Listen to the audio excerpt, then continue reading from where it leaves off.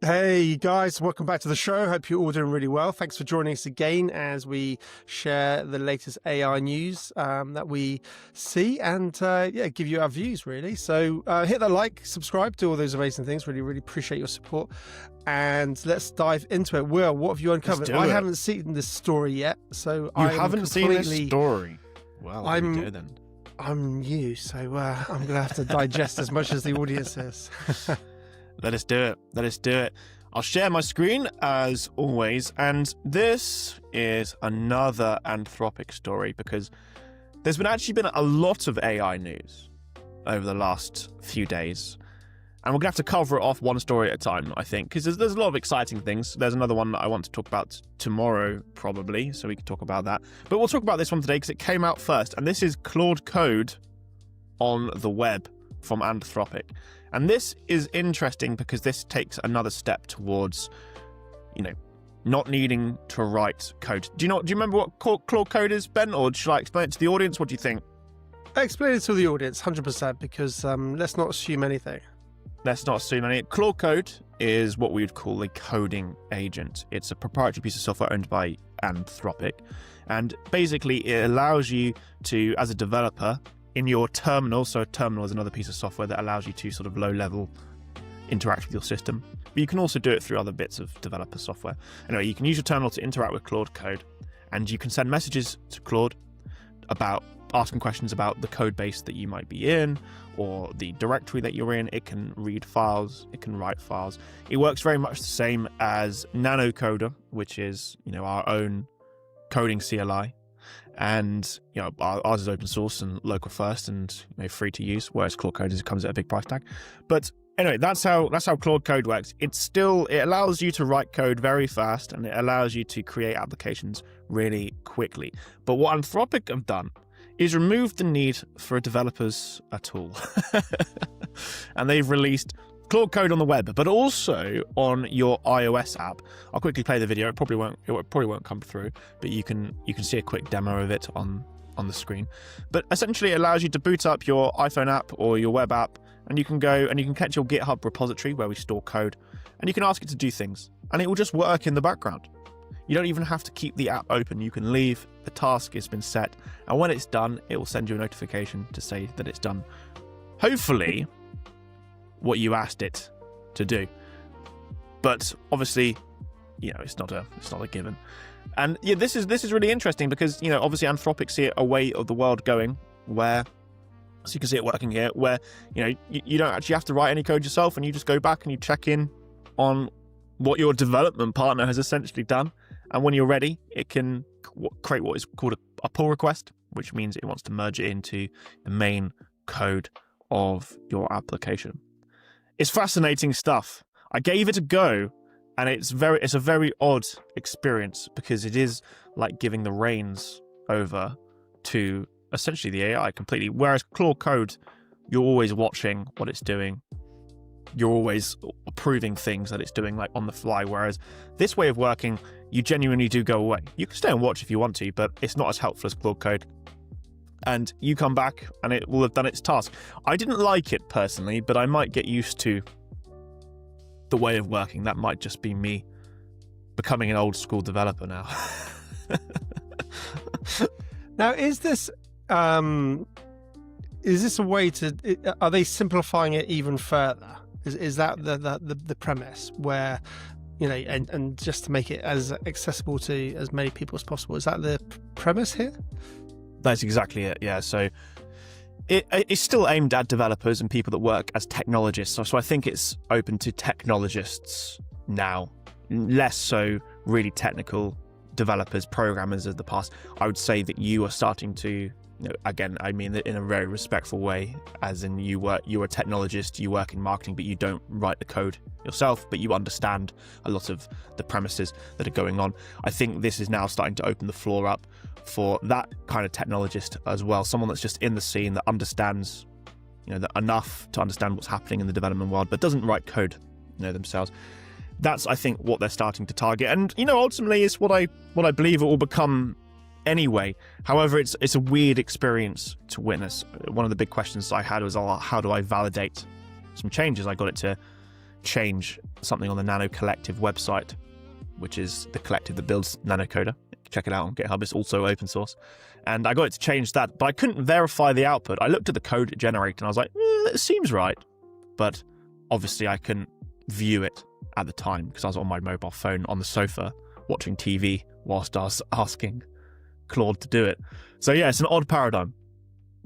That was actually interesting because that was a question I was going to ask you, Will, is how do we check the code? Because we've talked about this in terms of security and privacy concerns and potential for hacking. We saw it with some of the crypto wallets being exposed to these sort of libraries, which developers just use and take for granted that they're okay. So, yeah, what's your thoughts in terms of that oversight? Yes, it was a bizarre experience for me. I think it's really turning into a development partner, really, in terms of how we'd work with another human being. So in the open source world, I'll keep going on down the Nanocoder and Nano Collective route because I mentioned it already. When someone, you write up a feature request or someone writes up a feature request on GitHub, and someone can take that feature request and they work on it, and at the end of it, they submit a pull request, and there you can look for all the code that was generated, and you can validate it and sign it off. That's really what they're going for here as well. Instead of you verifying the output, at runtime, if you like, as you're doing it, you wait for the pull request to come in, and then you can look at the code Claude generated, ask for amends. The missing piece of the puzzle for me is the fact that on a standard pull request, I would run the code anyway and look at the output before going back to the contributor to ask for changes, or I can validate myself that it's working. And I can still do that with Claude, but it's much slower, right? I have to submit a pull request and I have to log on and I have to pull the pull request to check out what it did and then go back and say, can you adjust this? And it's a bit of a slower workflow. Whereas Claude Code in the terminal, I can see it in real time happening. I can make changes. It's going to be a little bit faster. However, they are positioning it differently as well. They're not positioning it as full-on development and you should do your whole coding session through this. They kind of position it as do quick bug fixes, do quick maintenance, this kind of thing, which I think is probably a bit of a fairer use case at this stage. But do you see yourself working with both sort of tools, or one over the other, or eventually this one entirely? Yeah, it's fascinating. I think for now the traditional Claude Code is best. I say it's traditional, it's still cutting edge. Coding agents are cutting edge, but using it in your terminal is definitely the better way forward. However, I'm going to start using the iOS and the web version because I think undoubtedly it is the way it will go for proprietary software, as we've again spoken about at length as well. How we interact and we carry out tasks are going to be through natural language, and then letting the agents run off and do that and come back and report to you what it's done. I think it's going to get better and better, and you may as well start trying to see how it fits into your process now. Do I think it will replace it now? Not at all. It is really, for me, not a novelty experience and a glimpse at where it's going, but usable, don't know, maybe. How are less technical technologists, founders, etc., who are going to be experimenting and vibe coding and all the rest of it, how are they going to, I guess, use this? How do you foresee that happening, and what vulnerabilities do you see potentially down the road with those? Really, I think there's going to be several vectors of improvement that have to happen.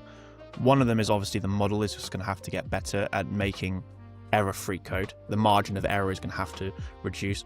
Right now, I mentioned it in a recent video that I did, that right now the margin of error for Claude writing the incorrect code is probably 1 in 10 prompts, roughly, probably a little bit more. And so that margin of error is far too great. I mean, I was going to say that sounds quite a lot to me. 10%. It's big. It's probably more, to be honest with you. It obviously there's variability in how well you prompt it, what context you give it, that kind of thing. But the error rate is still big. So that error rate has to go right down for regular technologists or people that are just interested in it with no technical expertise to be able to pick it up. And to achieve that, the next factor is we have to get better. They have to get better validation and testing frameworks. These models have to be able to run their code, which they can sort of. There's little sniffs of all of this stuff, but then there needs to be testing frameworks and validation so that models can validate their own code, correct it, validate it again, correct it till you get to the end destination, so that when you as the person prompting it or instructing it gets to see it, you might not even be seeing the first iteration, you might be seeing the fifth because it's spent 20 minutes validating and improving on its own outcome. Because, if you're not technical, you're not going to know what to look for, whereas at the moment I do. No. And do you see this eventually being sort of filtered down to the masses where, a mum and pop store, can literally say, oh, we need a new website, we'll just go in this new thing and just say, create a website, and literally just natural language, just create it. Do you see that's the direction? Undoubtedly. I mean, you could even argue that's already here. True. With current solutions, you've got GoDaddy Website Builder, which has natural language, prompt what you want. You have Lovable, Bold. You have a bunch. So I would argue that is already here. I think what will happen is you just be able to build more and more complex software without technical knowledge at this point. So whether that applies to your like Joe's Bakery, I don't know, but the tools will be available to them if they want to pick them up. yeah, definitely. I hear Bob's Bakery is better, by the way. So no, it's fascinating. Yeah, definitely. And in terms of the future for developers, I mean, we're going a bit deeper here in terms of more, socio-economical sort of repercussions of this technology. Where does the future, lay for people who've, maybe transitioned their careers a few years ago? Again, tech's, going crazy. I need to get into tech. I'm going to be a developer, and everything's going to be roses. Suddenly, within the last few years, this AI is just boom hit. Yeah. How's it going to leave the world of developers? I don't think that anyone really knows the answer to that. I think jobs will obviously still exist. I think they're going to be dramatically changed. As I said, right now, I'm focusing on, in terms of a long horizon trajectory for what we're doing and what we're thinking about doing, is we need to build these tools because they're coming anyway. So help build them, and be at the front row seat of that. 2, I think just for regular people, or regular developers, people that have just left university or college or whatever, and trying to get into software engineering, the jobs are just going to be different. I think there's going to be a whole lot more focus on strategy and orchestration and project management. How do you orchestrate a team of agents to achieve these long horizon development tasks? That's still going to be a thing. In terms of there's different areas of programming that are going to be changed as well. So front end development, that's the websites, what it looks like. That's already, that job is already changing dramatically now. More complicated back end jobs, specialists, cybersecurity. These things will stay around a little bit longer, but it's hard to say, isn't it? Why couldn't an AI agent do that as well? In the future, we're talking unlimited possibilities. Yeah, absolutely. It is mind-blowing. Well, listen, on that note, Will, let's wrap it up. And for the audience, if you're still here, thanks so much for still hanging around and listening to us talk about all this sort of stuff. I hope you found it interesting.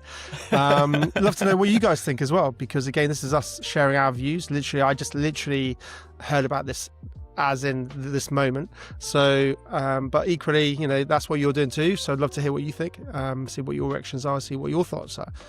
And say hello in the comments, of course. So for now, we'll leave you to it, and look forward to catching up with you on the next one. Take care, guys. Cheers, guys.